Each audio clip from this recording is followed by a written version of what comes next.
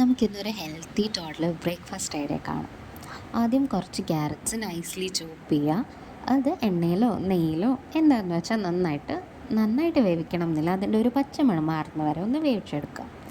എന്നിട്ട് അത് മിക്സറിലിട്ടിട്ട് നന്നായിട്ടൊന്ന് ഗ്രൈൻഡ് ചെയ്യാം. ശേഷം ഒരു പാത്രത്തിൽ കുറച്ച് അരിപ്പൊടി, അതിൽ ആവശ്യത്തിന് ഉപ്പ്, എന്നിട്ട് ചെറു ചൂടുവെള്ളത്തിൽ നന്നായിട്ട് കുഴയ്ക്കണം.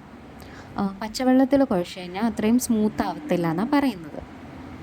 എന്നിട്ട് അതിലേക്ക് നമ്മൾ അരച്ച് വെച്ചിരിക്കുന്ന ആ ക്യാരറ്റ് ചേർത്ത് ഒന്നുകൂടെ നന്നായിട്ട് കുഴയ്ക്കുക. ശേഷം ചെറിയ ചെറിയ ബോൾസാക്കി നമുക്ക് ഇഡലി കുട്ടകത്തിൽ വേവിച്ചെടുക്കാം. എനിക്ക് ഇഡലി തട്ടേ ഉണ്ടായിരുന്നുള്ളൂ, അതുകൊണ്ട് ഞാൻ അതാണ് യൂസ് ചെയ്യണേ. എന്നിട്ടത് നന്നായി ആവി കയറി അത് അത്യാവശ്യം വെന്തതിന് ശേഷം നമുക്കത് മാറ്റി വയ്ക്കാം. എന്നിട്ട് ഒരു പാനിൽ നമ്മൾ കടുക് വറുത്ത് തേങ്ങ ചുരണ്ടിയതും കൂടെ ചേർത്ത് നന്നായിട്ട് ഇളക്കിയതിന് ശേഷം ഇതും കൂടി യോജിപ്പിക്കുക. നമ്മുടെ ബ്രേക്ക്ഫാസ്റ്റ് റെഡി. അപ്പോഴേക്കും ആദ്യം എണീറ്റ് വന്നു. അപ്പോൾ നമുക്ക് അതിന് ബ്രേക്ക്ഫാസ്റ്റ് കൊടുത്ത് നോക്കാം. അപ്പോൾ അതിന് നാക്കുകൊണ്ട് അത് ടെസ്റ്റ് ചെയ്യും ആദ്യം.